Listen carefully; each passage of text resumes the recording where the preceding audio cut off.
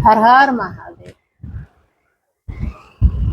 श्री विष्णु और देवताओं से पराजित दधीचि का उनके लिए श्राप और शुभ पर अनुग्रह। ब्रह्मा जी कहते हैं, नारद भक्त वत्सल, भगवान विष्णु राजा शुभ का हित साधन करने के लिए ब्राह्मण का रूप धारण कर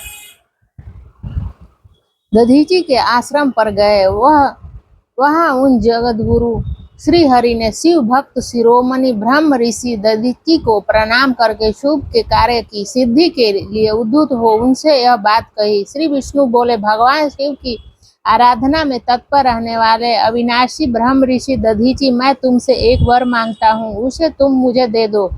शुभ के कार्य की सिद्धि चाहने वाले देवाधिदेव श्री हरि के इस प्रकार याचना करने पर शैव शिरोमणि दधीचि ने शीघ्र ही भगवान विष्णु से इस प्रकार कहा। दधीचि बोले, ब्राह्मण आप क्या चाहते हैं यह मुझे ज्ञात हो गया है। अब शुभ का काम बनाने के लिए साक्षात भगवान श्री हरि ही ब्राह्मण का रूप धारण करके यहाँ आए हैं, इसमें संदेह नहीं है कि आप पूरे मायावी हैं। किंतु देवेश जनार्दन, मुझे भगवान रुद्र की कृपा से भूत भविष्य और वर्तमान तीनों कालों का ज्ञान सदा ही बना रहता है। सुब्रत, मैं आपको जानता हूँ, आप पापहारी श्री हरि एवं विष्णु हैं। यह ब्राह्मण का वेश छोड़िए। दुष्ट बुद्धि वाले राजा शुभ ने आपको आराधना की है।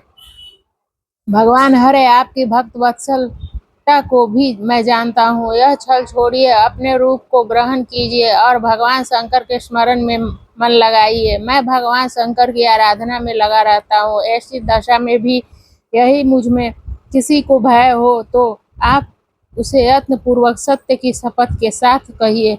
मेरा मन शिव के स्मरण में ही लगा रहता है, मैं कभी झूठ नहीं बोलता। इस संसार में किसी देवता या दैत्य से भी मुझे भय नहीं होता। श्री विष्णु बोले, उत्तम व्रत का पालन करने वाले दधीचि, तुम्हारा भय सर्वथा नष्ट ही है, क्योंकि तुम शिव की आराधना में तत्पर रहते हो, इसीलिए सर्वज्ञ हो। परंतु मेरे कहने से तुम एक बार अपने प्रतिद्वंदी राजा शुभ से जाकर कह दो कि राजेंद्र, मैं तुमसे डरता हूँ। भगवान विष्णु का यह वचन सुनकर भी शैव शिरोमणि महामुनि दधीचि निर्भय ही रहे और हंसकर बोले। दधीचि ने कहा, मैं देवाधिदेव पिनाकपनि भगवान शंभु के प्रसाद से कभी किसी से और किंचित मात्र भी नहीं डरता, सदा ही निर्भय रहता हूँ। इस पर श्री हरि ने मुनि को दबाने की चेष्टा की। देवताओं ने भी उनका साथ दिया, किंतु सबके सभी अस्त्र कुंठित हो गए।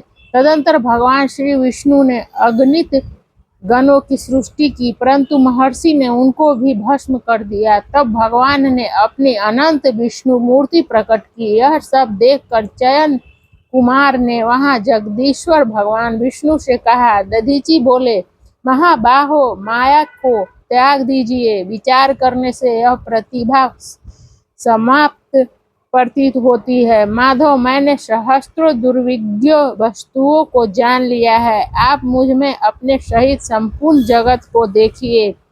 निरालस्य होकर मुझ में ब्रह्मा एवं रुद्र का भी दर्शन कीजिए। मैं आपको दिव्य दृष्टि देता हूँ।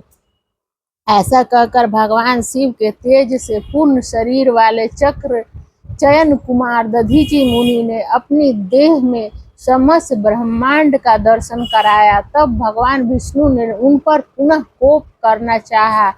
इतने में ही मेरे साथ राजा चुप वहां आ पहुंचे। मैंने निश्चेष्ट खड़े हुए भगवान पद्मनाभ को तथा देवताओं को क्रोध करने से रोका। मेरी बात सुनकर उन लोगों ने ब्राह्मण दधीचि को परास्त नहीं किया। श्री हरि उनके पास गए और उन्होंने मुनि को प्रणाम किया। तदंतर चुप अत्यंत दीन हो उन मुनीश्वर दधीचि के निकट गए और उन्हें प्रणाम करके प्रार्थना करने लगे। चुप बोले, मुनि श्रेष्ठ शिव भक्त शिरोमणे, मुझ पर प्रसन्न होइए। परमेश्वर, आप दुर्जनों की दृष्टि से दूर रहने वाले हैं, मुझ पर कृपा कीजिए। ब्रह्मा जी कहते हैं, नारद, राजा शुभ की यह बात सुनकर तपस्या की निधि ब्राह्मण दधीचि उन पर अनुग्रह किया। तत्पश्चात श्री विष्णु आदि को देखकर वे मुनि क्रोध से व्याकुल हो गए और मन ही मन शिव का स्मरण करके विष्णु तथा देवताओं को श्राप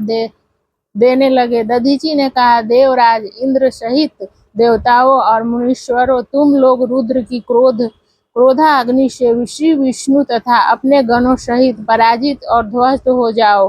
देवताओं को इस तरह श्राप दे शुभ की ओर देखकर देवताओं और राजाओं के पूजनीय दिग्श्रेष्ठ दधीची ने कहा, राजेंद्र, ब्राह्मण ही बली और प्रभावशाली होते हैं। यहाँ स्पष्ट रूप से कहकर ब्राह्मण दधीची अपने आश्रम में प्रविष्ट हो गए। फिर दधीची को नमस्कार मात्र करके शुभ अपने घर चले गए। तत्पश्चात भगवान विष्णु देवताओं के साथ जैसे आए थे उसी तरह अपने वैकुंठ लोक को लौट गए। इस प्रकार वह स्थानेश्वर नामक तीर्थ के रूप में प्रसिद्ध हो गया।